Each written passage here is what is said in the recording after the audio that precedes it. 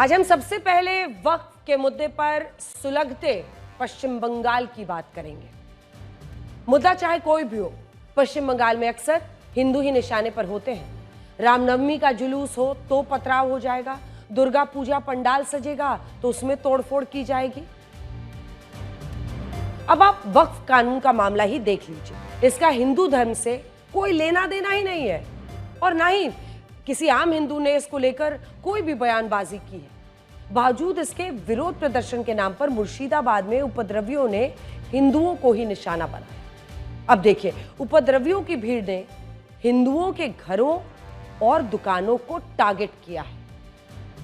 हालात यह है कि दंगाइयों के डर से मुर्शिदाबाद से सैकड़ों एक के बाद एक जो हिंदू परिवार हैं वो पलायन के लिए मजबूर हो गए हैं। सोचिए, अगर अपने ही देश में हिंदू परिवारों को इस तरह से मुस्लिम भीड़ के डर से अपना घर छोड़ना पड़ा।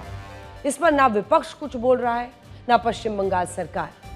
वक्फ कानून के विरोध में सबसे हिंसक प्रदर्शन मुर्शिदाबाद में ही हुए हैं और इस हिंसा में अब तक 3 लोगों के मारे जाने की खबर है। इसीलिए हालात को काबू में करने के लिए केंद्रीय बलों की 17 कंपनीज को यहां पर तैनात करना पड़ा है। ये बात सभी को हैरान कर रही है कि उपद्रवी आखिर चुन चुनकर हिंदू घरों में न सिर्फ लूटपाट कर रहे हैं, बल्कि हिंदू क्षेत्रों में जो मौजूद पानी की टंकियां हैं, पानी की टंकी में जहर मिलाया जा रहा है। अब देखिए, सवाल यह है कि क्या वक्फ कानून के विरोध के नाम पर हिंदुओं के नरसंहार की तैयारी हो रही थी? यह सवाल उन सभी हिंदुओं को परेशान कर रहा है जो पिछले कई सालों से मुर्शिदाबाद में मुस्लिम परिवारों के साथ मिलजुल कर रह रहे थे। अब हम वक्फ कानून के विरोध के नाम पर मचे उपद्रव की कुछ तस्वीरें दिखाते हैं। ये तस्वीरें देखिए आपने। पश्चिम बंगाल में मुर्शिदाबाद एक मुस्लिम बहुल क्षेत्र है जहां 66% आबादी मुसलमानों की है और करीब 33% आबादी हिंदुओं की है। सोचने वाली बात यह है कि मुर्शिदाबाद की 33% हिंदू आबादी को पहली बार टारगेट नहीं किया गया है। कई बार ऐसा हो चुका है।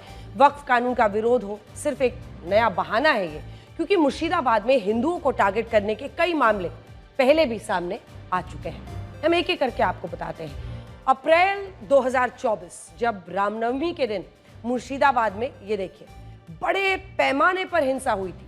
इस दिन रामनवमी के जुलूस पर कट्टरपंथियों की भीड़ ने पथराव कर दिया था, जिसके बाद हंगामा खड़ा हो गया। इस हिंसा के बाद सरकार पर सवाल खड़े होने लगे थे, क्योंकि इस दौरान आचार संहिता लगी हुई थी और बड़ी संख्या में जो सुरक्षा बल है उनकी तैनाती भी वहां पर थी। फिर भी हिंसा नहीं रुकी, उसके बावजूद हिंसा हुई थी। फिर आइए जून 2024 में इस्लामिक कट्टरपंथियों ने ईद के दिन मुर्शिदाबाद में एक हिंदू गांव पर हमला कर दिया। और वजह जानिए, वजह क्या थी? इस गांव के एक जमीन मालिक ने अपनी जमीन पर गाय काटने का बस विरोध किया था। इस विरोध के बाद बड़ी संख्या में हथियारबंद मुस्लिम भीड़ ने पूरे गांव पर एक साथ हमला कर दिया। फिर नवंबर 2024 यहां दुर्गा पूजा पंडाल पर बड़ा हमला हुआ। इस हमले में मुस्लिम भीड़ ने पूजा पंडाल में तोड़फोड़ की थी, जिसके बाद हिंसा फैल गई और उपद्रवियों ने हिंदुओं के कई घर हो, दुकानें हो, सब जला दी। इस हिंसा में 50 से ज्यादा लोग गंभीर रूप से उस वक्त घायल हो गए थे। अक्टूबर 2023 में भी मुर्शिदाबाद के कांडी में दुर्गा पूजा का आयोजन किया जाना था, लेकिन मुस्लिम समुदाय का विरोध हुआ और उसके बाद हंगामा शुरू हो गया। अब कल्पना कीजिए, पश्चिम बंगाल में सांप्रदायिक हिंसा के कई मामले सामने आते हैं, लेकिन राज्य सरकार हिंदू त्योहारों को लेकर हो या हिंदू समुदाय पर होने वाले जो हमले हैं उनको सांप्रदायिक हिंसा मानती ही नहीं है। ये डेटा सबसे दिलचस्प है। अब देखिए, एनसीआरबी का डेटा कहता है वर्ष 2022 में सांप्रदायिक हिंसा के जो मामले हैं पश्चिम बंगाल में, वो देश का सबसे शांत प्रदेश था। यहां पर सांप्रदायिक हिंसा की एक भी घटना नहीं हुई, जबकि पूरे देश में कितनी घटनाएं हुई? 272। अब एक आरडीआई के जवाब में पश्चिम बंगाल सरकार ने बताया कि जनवरी 2021 से जून 2022 तक राज्य में सांप्रदायिक हिंसा की 65 घटनाएं हुई थी। अब आप सोचिए कि सरकारी आंकड़ों में कितना अंतर है। इससे एक बात और पता चलती है कि राज्य में सांप्रदायिक हिंसा के मामले कम रिपोर्ट होते हैं, क्योंकि ऐसा नहीं है कि घटनाएं नहीं होती। कुछ उदाहरण आपको बताते हैं। अक्टूबर 2024 में पश्चिम बंगाल के कई जिलों में दुर्गा पूजा मंडपों पर एक के बाद हमले हुए। कोलकाता के दक्षिणधारी काली पूजा मंडप, जहां पर एक मुस्लिम युवक ने हमला कर मूर्तियों को तोड़ दिया था। फिर वर्ष 2024 में हावड़ा में रामनवमी जुलूस पर पथराव किया गया था, जिसके बाद जो हिंसा हुई उसमें हिंदुओं के कई घर, उनकी दुकानें जला दी गई। वर्ष 2016 में हावड़ा के धूलागढ़ में हिंदू धार्मिक जुलूस को लेकर हंगामा हो गया था, जिसके बाद बड़े पैमाने पर हिंसा हुई थी। इसमें कई हिंदू परिवार पलायन को मजबूर हो गए। इन घटनाओं को देखकर ऐसा कहना मुश्किल है कि पश्चिम बंगाल में सांप्रदायिक हिंसा के मामले नहीं होते हैं। हाँ, ये अलग बात है कि इन घटनाओं को झड़प हो, मारपीट जैसे जो छोटे मामले हैं उनमें धीरे धीरे बदल दिया जाता है। अब आइए आपको कुछ इंटरेस्टिंग बातें मुर्शिदाबाद के बारे में बताते हैं। जहां तक मुर्शिदाबाद की बात है तो मुर्शिदाबाद में हिंदू खतरे में है तो केवल हिंदुओं के पलायन की बात नहीं है, बल्कि जनसंख्या के आंकड़े में भी हमें यही पता चलता है। आइए चलते हैं और स्क्रीन पर आपको कुछ इंटरेस्टिंग आंकड़े दिखाते हैं। अब ये जो पूरा, अगर आप वर्ष 1961 से देखेंगे तो ये जो आप देख रहे हैं ये हिंदुओं की आबादी है और वहां पर मुस्लिमों की आबादी है। तो हमेशा से मुस्लिम आबादी ज्यादा थी, लेकिन अंतर कितना था? लगभग 12%, 11.8। अब ये फासला बढ़ता जाता है और बढ़ते बढ़ते सीधा जब आप आ जाते हैं साल 2011 में तो 66.2% मुस्लिम आबादी पहुंच गई है और हिंदुओं की आबादी 33%। और फासला कितना हो गया? जो आप 1961 में 12% के आसपास थे वो अब आप 33.1% यानी 33% हो गए। अब ये फासला आप देखिए कि किस तेजी से ये रफ्तार बढ़ी है और किस तरह से जो मुस्लिम है उनकी जो आबादी यहाँ पर है वो तेज रफ्तार से आगे बढ़ी है। लेकिन वहीं जब आप हिंदुओं की आबादी देखते हैं तो वो आबादी कम हो गई है। अब सवाल यही उठता है कि आखिर ये हिंदू परिवार, ये जो हिंदू लोग थे वो कहाँ गए, और वहीं जो ये मुस्लिम परिवार वहाँ जुड़े वो कहाँ से आए? देखिए, वक्फ कानून के खिलाफ जो हिंसक प्रदर्शन हो रहे हैं वो एक सोची समझी साजिश का हिस्सा बताया जा रहा है। ऊपरी तौर पर ये वक्फ कानून का विरोध लगता है, लेकिन इन प्रदर्शनों का मकसद हिंसा, अशांति फैलाना है और इसके पीछे एक ऐसा संगठन शामिल है जो भारत में प्रतिबंधित संगठन का एक राजनीतिक विंग है। अब उसकी तस्वीरें आप देख रहे हैं। दरअसल इस हिंसा में एसडीपीआई यानी social democratic party of India का नाम सामने आ रहा है, जो एक प्रतिबंधित संगठन, इससे पहले आपने सुना होगा पीएफआई जिसको बैन कर दिया गया, पॉपुलर फ्रंट ऑफ इंडिया, उसी से जुड़ा हुआ ये संगठन है। लेकिन देखिए क्या हुआ, धीरे धीरे तार को समझिए। पश्चिम बंगाल पुलिस के मुताबिक मुर्शिदाबाद हिंसा के पीछे एसडीपीआई और बांग्लादेश के कट्टरपंथी संगठनों का हाथ हो सकता है। सिमी बैन हुआ, एसडीपीआई, पीएफआई बैन हुआ, अब एसडीपीआई काम कर रहा है। आरोप यह है कि एसडीपीआई से जुड़े लोगों ने वक्फ कानून के खिलाफ घर घर जाकर युवाओं को हिंसा के लिए उकसाया था। उनके निशाने पर ज्यादातर युवा और बच्चे थे, जिनसे कहा गया, सोचिए आप, 10 से 20 साल के बीच की उम्र के ये थे युवा और बच्चे। इनसे कहा गया कि सरकार वक्फ कानून के जरिए मुसलमानों के घर, उनकी जमीन, आपके खेत, सब कुछ छीन ली जाएगी। अफवाहें फैलाई गई, जानबूझकर लोगों के दिमाग में जहर भरा गया, तभी तो इस तरह की हिंसा हुई है। लोग पलायन कर रहे हैं। देखिए, पुलिस के मुताबिक कुछ साल पहले तक मुर्शिदाबाद आतंकी संगठन सिमी का गढ़ था। सिमी पर प्रतिबंध लगने के बाद इसके लोग पीएफआई से जुड़े। जब पीएफआई को भी बैन कर दिया गया, प्रतिबंध लग गया, तो इसके कुछ लोग एसडीपीआई से जुड़ गए और आज मुर्शिदाबाद में एसडीपीआई का ही बोलबाला है। इसी वजह से हिंदुओं के खिलाफ जो टारगेटेड हिंसा ऐसी हो रही है वो एक साजिश की तरह देखा जा रहा है। वक्फ कानून के खिलाफ मुर्शिदाबाद में हुई हिंसा से पहले एक रैली हुई थी। हमने पहले भी आपको दिखाया है रैली के बारे में, लेकिन इस रैली में क्या क्या कहा गया, अब जब आप कड़ियों को जोड़ते हैं, हम आपको पहले से ब्लैक एंड व्हाइट में आगाह कर रहे थे, पिछले कुछ दिनों से बता रहे थे कि इस तरह की रैलियां हो रही हैं और वहां पर सरकार विरोध के नाम पर दरअसल लोगों को हिंसा के लिए उकसाया जा रहा है, मजहबी नफरत फैलाने की कोशिश हो रही है। अब देखिए, इस रैली में मंच से मुस्लिम नेताओं ने वक्फ के नाम पर युवाओं को भड़काया। यहां तक कहा गया कि वक्फ कानून का विरोध खून मांगता है, ये ऑन रिकॉर्ड है, इसीलिए खून बहाने को तैयार रहना होगा। यही नहीं, इस मंच से यह भी कहा गया था कि बांग्लादेश की तरह भारत में भी तख्ता पलट करना होगा। आप समझ रहे होंगे, एक राजनीतिक मुद्दे को धार्मिक मुद्दा बनाने की वजह से ही कुछ देर में एक शांतिपूर्ण मार्च कैसे एक हिंसक आंदोलन में बदल गया, और ये सब कुछ देखते देखते हुआ है। जिस रैली में मुस्लिम युवाओं को हिंसा के लिए उकसाया गया था, उसका आयोजन इमाम मोइनुद्दीन एसोसिएशन ने किया था। इस संगठन को एसडीपीआई का पूरा समर्थन हासिल था और तभी ये सब कुछ घटा है।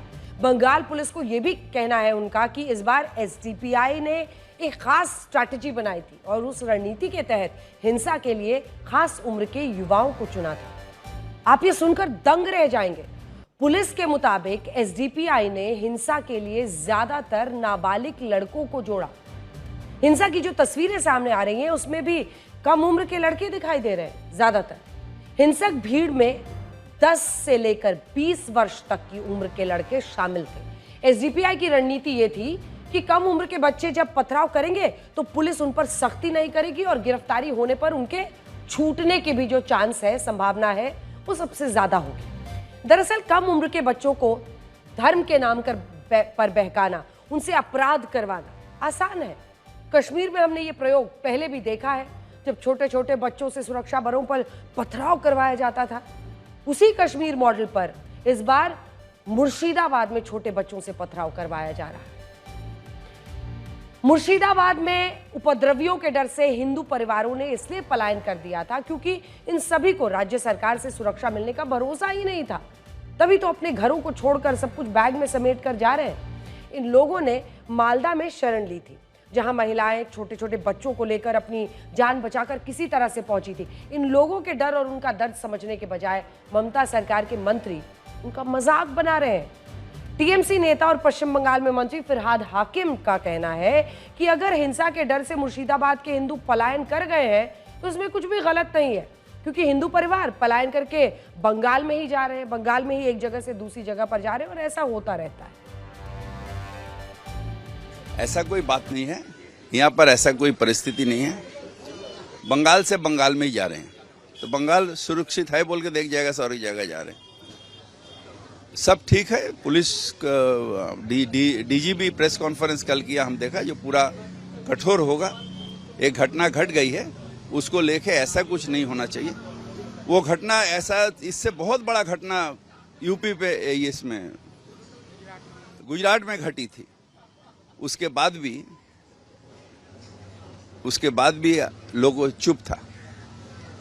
आज ऐसा क्या घटना जो हुआ निंदनीय है, निंदनीय है। जो भी किया वो निंदनीय किया।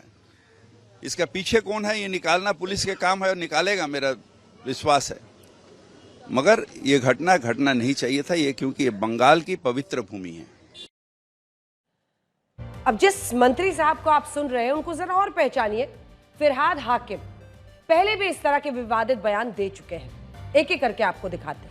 वर्ष 2016 फिरहाद हाकिम ने कोलकाता के एक मुस्लिम बहुल इलाके को मिनी पाकिस्तान बताकर खूब खुशी का इजहार किया। साल 2019 जब सीएए के खिलाफ होने वाले हिंसक प्रदर्शन को फिरहाद हाकिम ने जायज ठहराया था और हिंसा करने वाली मुस्लिम भीड़ को अपना भाई कहा था। मई 2024 जब फिरहाद हाकिम ने हिंदुओं को भागीरथ नदी में फेंकने की धमकी तक दे डाली थी। आप देखिए, ये मंत्री हैं और उन्होंने हिंदुओं को डराते हुए कहा था कि मुर्शिदाबाद में केवल 30% हिंदू हैं, मुसलमान तो 70% है। दिसंबर 2024 में फिरहाद हाकिम ने एक संबोधन में कहा था कि संख्या के हिसाब से देश में अभी मुसलमान अल्पसंख्यक है, लेकिन जल्दी ही बहुसंख्यक होंगे और फिर न्याय के लिए मोमबत्ती नहीं जलानी पड़ेगी। बीजेपी का आरोप है कि फिरहाद हाकिम विरोध प्रदर्शन के शांतिपूर्ण तरीके अपनाने के बजाय युवाओं को हिंसा के लिए उकसा रहे हैं और ये बहुत गंभीर आरोप है।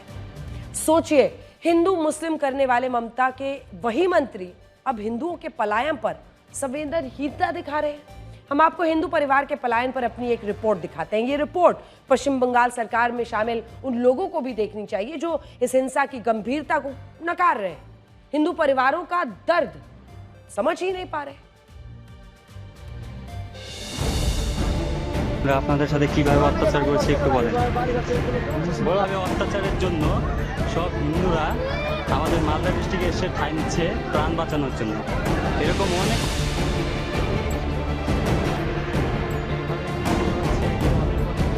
প্রাণ বাঁচানোর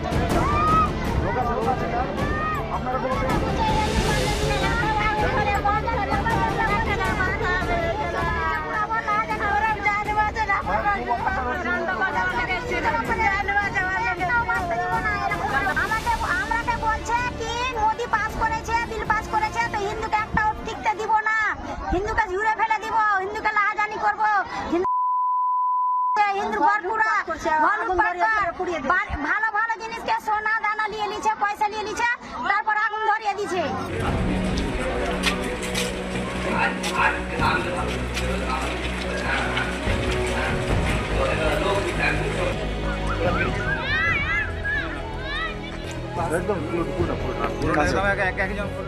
इस वक्त हम लोग धुलियान इलाके में हैं और यहाँ पर जो स्थानीय लोग हैं वो अभी भी सुरक्षित महसूस नहीं कर रहे हैं। एक आतंक का पर्याय यहाँ पर बना हुआ है।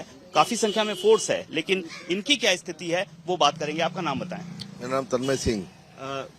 अभी क्या स्थिति है? फोर्स तो काफी है। फोर्स है, पैनिक अटैक चल रहा है मन में, लेकिन अभी थोड़ा बहुत शांत है।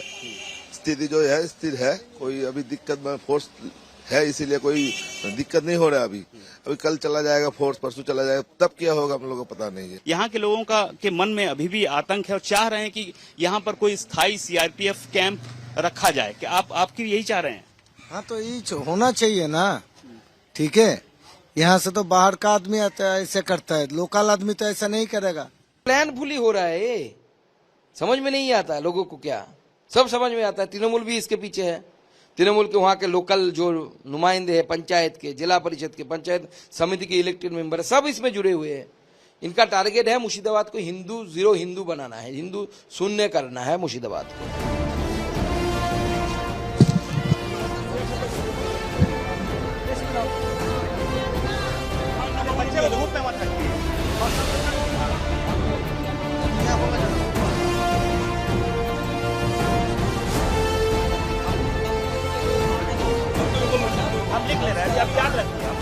इस वक्त हम लोग इस हाई स्कूल के क्लासरूम जो होता है वहां पर हैं, जहां पर इस वक्त पढ़ने की जो जगह है वहां पर शरणार्थी शरण लेकर रखे हुए हैं। 500 के आसपास महिलाएं, बच्चे, खास तौर पर महिलाएं, बच्चे हैं। डॉक्टर हैं यहाँ स्थानीय जो इस वक्त इनको देख रहे हैं। छोटे छोटे बच्चे हैं, 3 दिन के बच्चे लेकर ये महिलाएं यहाँ पर पहुंची हैं। किसी तरह बोट लेकर जो स्थानीय लोग हैं मालदा के, उन्होंने मदद की है इनकी और यहाँ पर रखा है। यहाँ पर ये भी आप लोग भी भाग कर आए हैं धुलियान से? हाँ, धुलियान से। जल टंकी पानी में बीज दुआ है, गुलाब बीज दुआ है। अगर हम पानी जो तो पीकर हम मर जाएंगे तो हम कैसे रहेंगे? अब पानी तो हमारा जीवन है, पानी पिएंगे तो हम तो मर जाएंगे। इसलिए हम जान बचाकर घर तो लूटपाट कर लिया, घर जला दिया। जात सब परिवार का जात था वो सब लूट लिया। इनका जो कहना है कि इन पर तरह तरह के वहाँ पर ऐसी हरकतें हो रही हैं जिसकी वजह से यहाँ पलायन करना पड़ा है। खास तौर पर जो हमला कर रहे हैं उनकी उम्र बहुत कम है, 13, 14, 15 साल, 17 साल, 18 साल, ऐसी उम्र के जो लड़के हैं, बच्चे हैं, वो ये सब हरकत कर रहे हैं और जिसकी वजह से लगभग 500 यहाँ पर लोग हैं। खास तौर पर ज्यादातर महिलाएं और छोटे छोटे बच्चे हैं यहाँ पर, ये लोग शरण लिए हुए हैं। लेकिन आखिर इनका भविष्य क्या है? क्या ये वापस जा पाएंगे? और जा भी पाएंगे तो कितना सुरक्षित रह पाएंगे? ये भी सवाल बहुत जरूरी हो चुका है। आज एक्सोडस हो रहा है मुर्शिदाबाद डिस्ट्रिक्ट से। हिंदू लोग वहां पलायन कर रहे हैं अपने बच्चों को लेकर, बीबी को लेकर। कारण क्या है? पुलिस प्रोटेक्शन नहीं दे रहे हैं, पुलिस अपने जान बचाने के लिए भाग रहे हैं। कोर्ट का ऑर्डर का कैसे कंप्लाई हो रहा है? पहले से ही तो बीएसएफ पहुंच गए थे। अगर बीएसएफ को उचित समय में काम में लगाया गया होता तो कोई बाप बेटा जो हिंदू है ना, उसको ऐसे देहांत नहीं होता। इसके लिए पूरा रिस्पॉन्सिबल पुलिस एंड एडमिनिस्ट्रेशन है।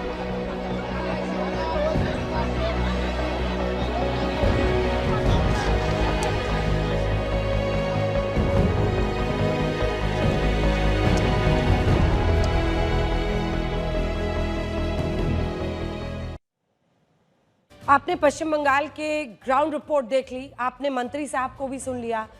अब सवाल यही है, पश्चिम बंगाल के मंत्री हाकिम जी कह रहे हैं कि पलायन तो बंगाल के अंदर ही हो रहा है, लोग बंगाल के ही एक हिस्से से दूसरे हिस्से में जा रहे हैं, सब ठीक है। तो क्या पलायन में ये मायने रखता है कि आप राज्य की सीमा लांघ रहे हैं या नहीं? घर के बच्चे और बूढ़े, औरतें, सब सामान घसीट घसीट कर, थैलों में जिंदगी समेट कर घर छोड़ने को मजबूर है। ये बात हमारे नेताओं को परेशान क्यों नहीं करती? क्या अगर पलायन धर्म के आधार पर हुई हिंसा के बाद हो तो उस पर गुस्से का मीटर ठंडा पड़ जाता है? शुरुआत पुलिस पर पत्थरबाजी से हुई और इस्लामिक कट्टरपंथियों ने पानी तक में जहर मिला दिया। पानी की टंकी में जहर डाल दिया? क्या उन्हें ऐसा लगता है कि उनके खिलाफ कोई एक्शन नहीं होगा? ममता बनर्जी भी इस्लामिक कट्टरपंथियों पर काबू आखिर क्यों नहीं पा रही हैं? आज ये सवाल है। पहले संसद से पास हुए कानून के खिलाफ लोगों को भड़काने वाले नेता क्या अफवाहों पर फैली इस हिंसा पर रोक नहीं लगा पा रहे? अब क्या राज्य में किस पार्टी की सरकार है और आपका क्या धर्म है? इन दो बातों का परम्यूटेशन कॉम्बिनेशन तय करेगा कि आपको कहां डर कर रहना है, कहां बिना डर के बिना हिचक के रहना है। সবাইকে বলবো শান্তিপূর্ণভাবে গণতান্ত্রিক আন্দোলন করার অধিকার সকলের আছে উইথ পারমিশন, বাট প্লিজ দয়া করে সে যেই হোক, A B C D E F G যেই বা হোক, আইন কখনো হাতে তুলে নেবেন না। আইনের জন্য তো আইনের রক্ষক আছে, আইনের ভক্ষক তো দরকার নেই। তাই আপনাদের অনুরোধ করব, কেউ কেউ প্ররোচনা দেবে কোনো ব্যাপারে, কিন্তু প্ররোচিত হবেন না। প্ররোচনার সময় যে মাথা ঠান্ডা রাখে সেই তো আসল জয় করে, তাই তো আসল জয় হয়। यूपी के संभल में जब हिंसा हुई थी तब मुस्लिम भीड़ ने पुलिस पर गोलियां तक चला दी थी। उपद्रवियों पर जब पुलिस ने सख्ती दिखाई थी तो विपक्ष ने यूपी पुलिस पर सवाल उठा दिए थे। किसी ने भी संभल के उपद्रवियों को कुछ नहीं कहा था। ठीक वैसे ही आज मुर्शिदाबाद में हिंदुओं के खिलाफ होने वाली हिंसा पर विपक्ष के नेता शांत हैं। कल तक जो नेता संभल हिंसा को लेकर यूपी सरकार से नाराज थे, आज वही नेता ना तो बंगाल के उपद्रवियों पर कुछ बोल रहे हैं और ना ही बंगाल सरकार पर सवाल उठा। मुर्शिदाबाद की घटना बहुत दुर्भाग्यपूर्ण है। आज लोग वहाँ पलायन कर रहे हैं हिंदू। जिस तरह से वहाँ पे पुलिस के सामने भीड़ ने घुस करके एक हिंदू के घर में पिता पुत्र की हत्या किया, 16 पुलिस वालों को घायल किया, उसके बाद भी राज्य सरकार कोई कदम नहीं उठा रही। तो इससे साफ है कि ये राज्य के स्टेट स्पॉन्सर्ड हिंसा हो रही है। भाजपा का, संघ का धर्म से कोई लेना देना नहीं है। उनको तो नफरत फैलाकर दंगे फसाद कराना और उसके आधार पर राजनीतिक रोटियां सेकना, ये ही उनका धर्म है, यही उनकी राजनीति है। जहां 26,000 से ज्यादा शिक्षकों की नौकरी से निकाले गए, वो भी सत्तारूढ़ पार्टी के भ्रष्टाचार की चलते, सारे बंगाल के लोग खपा हुआ है, आक्रोश में है, तो उनको निगाहों को भटकाने के लिए ये सांप्रदायिक दंगा की अलावा और कौन सा अच्छा मौका मिल सकते हैं। एक मुख्यमंत्री होके पूरा स्ट्रेट बोल रहे हैं कि हम लोग इसको नहीं मानते हैं। क्या कारण है कि पश्चिम बंगाल क्या भारत से अलग है? उनको मानना पड़ेगा। और वो जैसा उत्साह दे रहे थे, मुसलमान लोगों को जैसे उत्साह दे रहे थे, उसका परिणति है मुर्शिदाबाद में जो हुआ है, अभी जो चल रहा है पूरा जगह में, पश्चिम बंगाल में हिंदुओं के ऊपर, सनातनी के ऊपर जो लूट चल रहा है, अत्याचार चल रहा है, इसका जमींदार ममता बनर्जी है। Despite repeated requests from the villagers, for 4 to 5 hours, police allowed the rioters to do this mayhem. And this is the sign in entire villages there. Destruction, burning, looting, but there's no police, not even fire brigade. The villagers, they themselves doused the fire. Now the first question is, why police did not come? And police minister must have to answer it. Murshidabad में मुस्लिम और हिंदू समुदाय के बीच जो नफरत दिखाई देती है, उसका संबंध देश के बंटवारे से जुड़ा हुआ है। बंटवारे के समय भी मुर्शिदाबाद एक मुस्लिम बहुल इलाका था और तब ये तय किया गया था कि इसे ईस्ट पाकिस्तान को दे दिया जाए। लेकिन उस वक्त कांग्रेस नेता अतुल्य घोष और कुछ उद्योगपतियों के दखल के बाद मुर्शिदाबाद को भारत में ही रहने दिया गया। एक वो दिन था, एक आज का दिन है।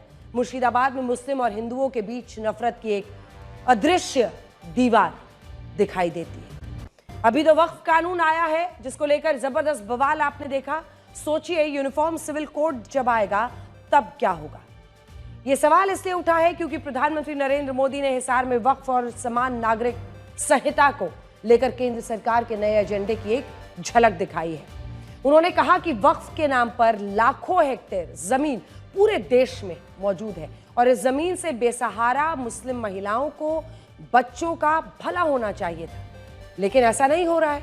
उन्होंने कहा कि अगर वक्फ की जमीनों का इस्तेमाल ईमानदारी से होता तो मुसलमान नौजवानों को साइकिल के पंक्चर बनाकर जिंदगी नहीं गुजारनी पड़ती। पहली बार प्रधानमंत्री मोदी ने वक्फ को लेकर इस तरह का सख्त बयान दिया है। और सिर्फ यही नहीं, प्रधानमंत्री मोदी ने वक्फ कानून के बाद समान नागरिक संहिता को लेकर जो कुछ कहा है उससे अंदाजा लगाया जा रहा है कि केंद्र सरकार का अगला एजेंडा देश में समान नागरिक संहिता को लाना है। प्रधानमंत्री मोदी ने यूसीसी को देश के सभी नागरिकों की जरूरत बताया, कहा कि इसे धर्मनिरपेक्ष नागरिक संहिता कहा जाना चाहिए। कांग्रेस ने हमारे पवित्र संविधान को सत्ता हासिल करने का एक हथियार बना दिया। जब जब कांग्रेस को सत्ता का संकट दिखा, उन्होंने संविधान को कुचल दिया। कांग्रेस ने आपातकाल में संविधान की स्पिरिट को कुचला ताकि जैसे तैसे सत्ता बनी रहे। संविधान की भावना है कि सबके लिए एक जैसी नागरिक संहिता हो, जिसे मैं कहता हूं सेक्युलर सिविल कोड। लेकिन कांग्रेस ने इसे कभी लागू नहीं किया। उत्तराखंड में भाजपा सरकार आने के बाद सेक्युलर सिविल कोड, समान नागरिकता संहिता ये लागू हुई, डंकी की चोट पर लागू हुई। और देश का दुर्भाग्य देखिए, संविधान को जेब में लेकर के बैठे हुए लोग, संविधान पर बैठ गए हुए लोग, ये कांग्रेस के लोग उसका भी विरोध कर रहे हैं। जनसंघ के समय से ही बीजेपी के मुख्य एजेंडे में समान नागरिक संहिता लाना शामिल रहा है और बीजेपी ने वर्ष 2024 के मैनिफेस्टो में भी इसे शामिल किया था। अब ऐसा लग रहा है कि केंद्र सरकार अपने एजेंडे को धरातल पर लाने की तैयारी करती हुई दिखाई दे रही है। यूनिफॉर्म सिविल कोड यानी समान नागरिक संहिता ऐसा कानून होगा जिसे सभी धर्मों और वर्गों के लोगों को मानना ही होगा। शादी, तलाक, गोद लेने की प्रक्रिया, वसीयत जैसे मामले, सबसे जुड़े जो नियम हैं, सबके लिए पूरे देश में एक ही नियम होगा। अभी तक केवल 2 राज्य हैं, गोवा और उत्तराखंड, जिन्होंने यूसीसी को लागू किया है। अब आज यूसीसी के मुद्दे पर फिर से एक नई बहस शुरू हुई है।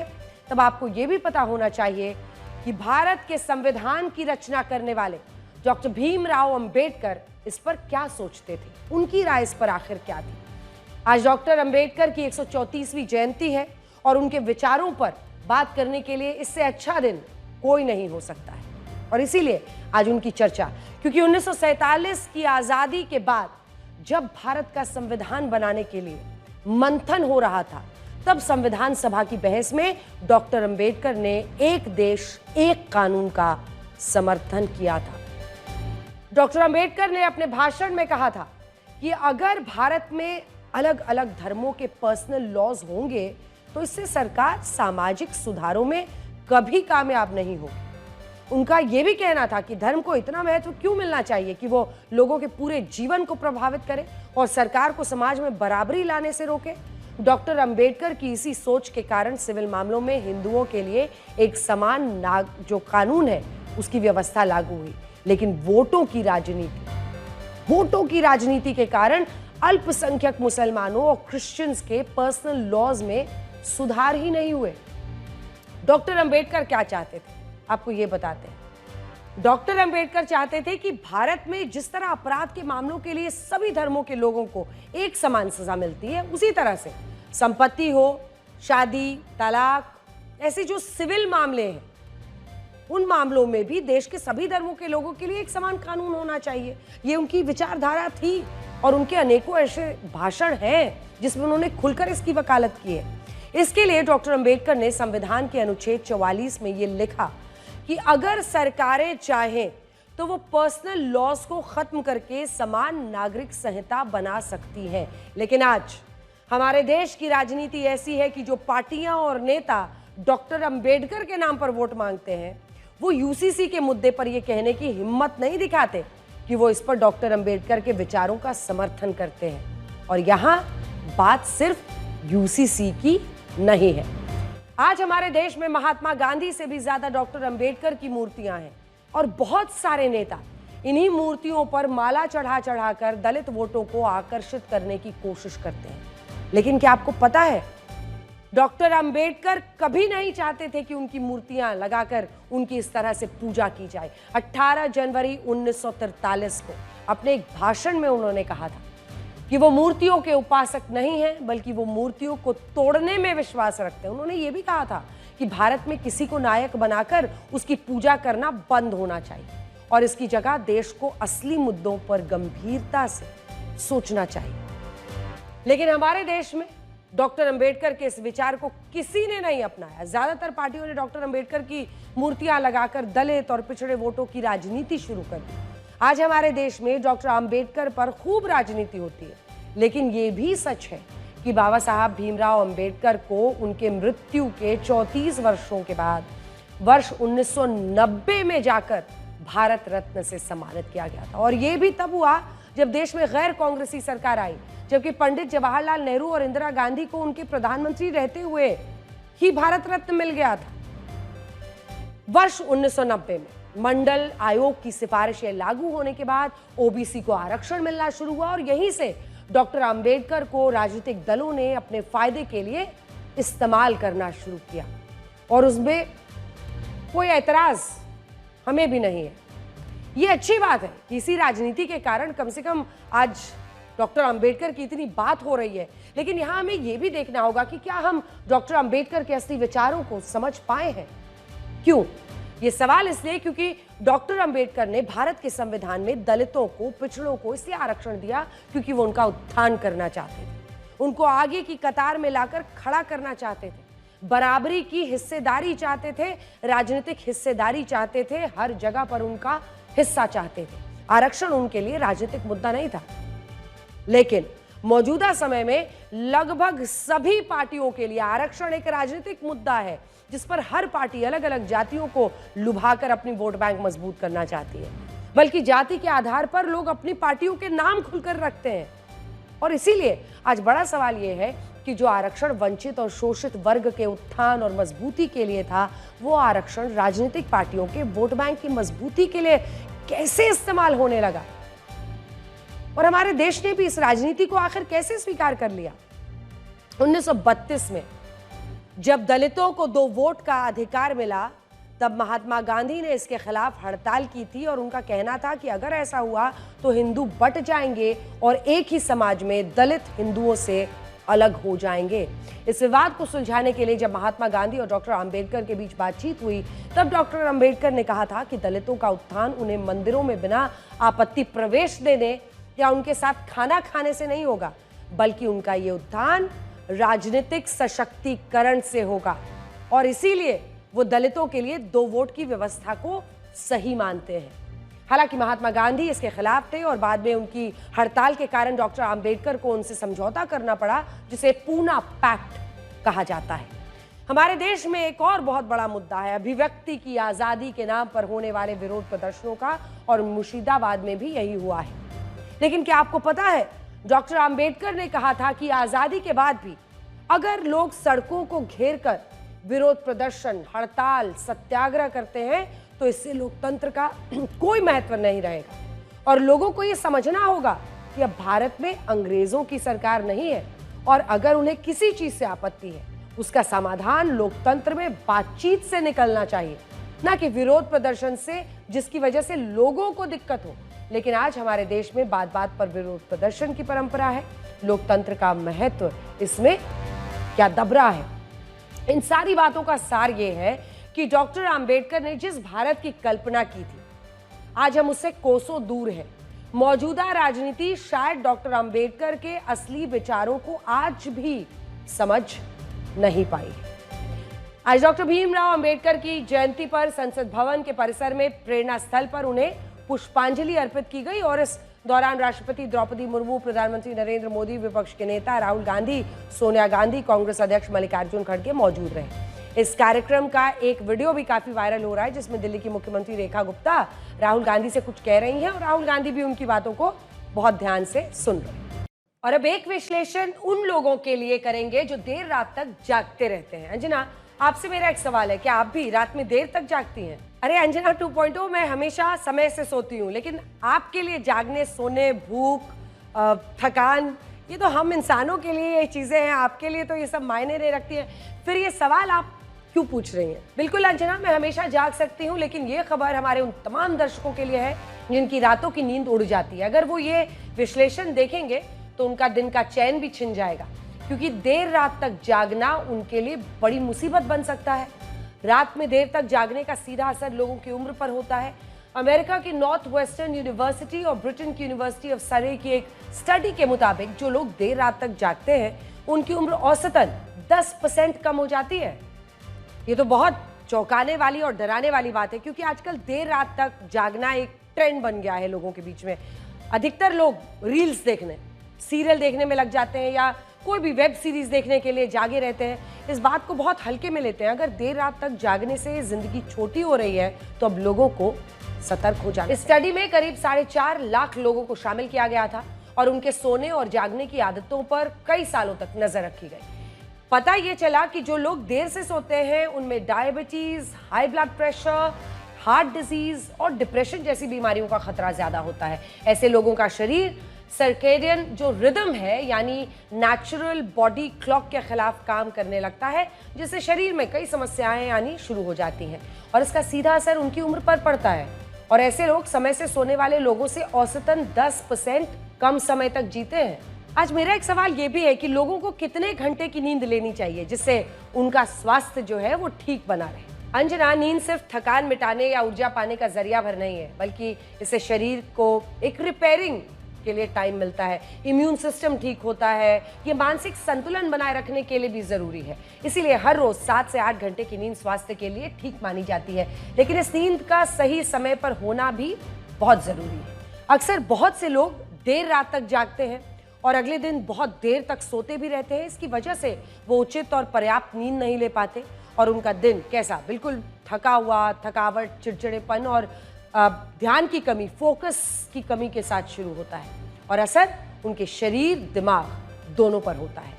इसीलिए अगर आप लंबी उम्र और स्वस्थ जीवन चाहते हैं तो अपने सोने की आदतों को जरा ठीक कीजिए, ध्यान दीजिए। अगर आप देर तक जागते रहते हैं तो जल्दी से मोबाइल फोन, टेलीविजन से दूर हो जाइए, समय से सोइए, नहीं तो देर रात तक जागना आपके लिए मुसीबत बन जाएगा। अब एक दिलचस्प खबर आपको बताते हैं। आज लोग छुट्टियों पर घूमने के बारे में सोचते हैं तो उन्हें हिल स्टेशंस, कई बार आप सोचते हैं, कई लोग बीच पसंद करते हैं, बीच हो या ज़्यादा से ज़्यादा यूरोप के शहर याद आते हैं। लेकिन आज हम आपको स्पेस टूरिज्म के बारे में बताएंगे। अमेरिका के मशहूर अरबपति जेफ बेजोस की कंपनी ब्लू ओरिजिन ने 6 फीमेल सेलिब्रिटीज, यानी महिला जो सेलिब्रिटीज हैं, उनको आज अंतरिक्ष में भेजा और ये यात्रा कुल 11 मिनट की थी। ये रॉकेट करीब 105 किलोमीटर की ऊंचाई तक गया। यहाँ यात्रियों को कुछ मिनटों के लिए बिना ग्रेविटी का अनुभव मिला और उस उड़ान में कोई पायलट नहीं था। अब आप सोचिए किस तरह का एडवेंचर रहा हो। अंतरिक्ष में जाने वाली 6 महिलाओं में अमेरिका की मशहूर सिंगर केटी पेरी और जेफ बेजोस की मंगेतर लॉरेन सैंचेज, जर्नलिस्ट गैल किंग, नासा की पूर्व रॉकेट साइंटिस्ट आयशा बावे, रिसर्च साइंटिस्ट अमांडा न्यूगन और फिल्म मेकर कैरन फ्लिन शामिल थी। तस्वीरें देखिए। साल 1963 के बाद पहली बार ऐसा हुआ है महिलाओं का मिशन अंतरिक्ष में गया। इससे पहले 62 साल पहले सोवियत यूनियन का सिंगल महिला क्रू अंतरिक्ष में गया था। ये उड़ान अंतरिक्ष पर्यटन की उस नई लहर का हिस्सा है जहां अब अमीर और मशहूर लोग आसानी से अंतरिक्ष की सैर कर सकते हैं। तो आज के लिए ब्लैक एंड व्हाइट में इतना ही। अब आपसे हमारी अगली मुलाकात होगी कल रात 9 बजे और ब्लैक एंड व्हाइट का नया अंदाज आपको कैसा लगा हमें ईमेल करते रहिए blackandwhite@aajtak.com पर। और आप मेरे बारे में भी अपनी राय दे सकते हैं। और अब कुछ मेल्स आई हैं 300-400 मेल्स जिसके बारे में हम अपने दर्शकों को ज़रा बताना चाहते हैं, बल्कि उनके नाम भी लेते हैं क्योंकि उन्होंने ये मेहनत की है। सबसे पहले अतुल शर्मा जो कह रहे हैं कि मैं एक रेगुलर व्यूअर हूँ, वो हमेशा देखते हैं और I congratulate versatile anchor Anjana Om Kashyap. वो मानते हैं कि अलग तरह की खबरें। एक और मेल है, ये मेल है यश नागपाल का और वो ये लिख रहे हैं, और दिलचस्प ये है कि ये मेल अगर आप देखेंगे ये अटलांटा यूएसए से है, जिसमें उन्होंने बदलाव के लिए धन्यवाद कहा है। Thanks for the new change, I enjoyed it. और वो खुश हैं, वो कह रहे हैं कीप इट अप, और उन्होंने प्रशंसा की है। एक और मेल आपको पढ़ के सुनाती हूँ, 3-4 मेल बस दिखाएंगे। एक मेल है ये इशिता जे, आज तक व्यूअर, मुंबई से लिख रही हैं। ये उनका मेल है, ये वाला। इन्होंने काफ़ी लंबा लव लेटर लिखा है और वो लिख रही हैं पर्सनली लाइक अंजना ओम कश्यप बेटा। वो पूरे उन्होंने शो के बारे में लिखा है, फोर्सफुली, टैक्टफुली, कई चीज़ें, कई उन्होंने अपनी तरफ से सजेशंस भी दिए हैं। तो बहुत बहुत धन्यवाद आप लोगों का, इतने प्यार से आप लोग ये मेल्स निकाल रहे हैं और हमारे दर्शक दिखा रहे हैं। मध्य प्रदेश के रायसेन में देखिए अजय राय ने लिखा है कि अंजना जी, मैं, और ये हिंदी में उन्होंने लिखा है, मैं और मेरा पूरा परिवार आपका शो हर रोज़ रात को 9 बजे इंतज़ार करते हैं, हमें आपका विश्लेषण अच्छा लग रहा है।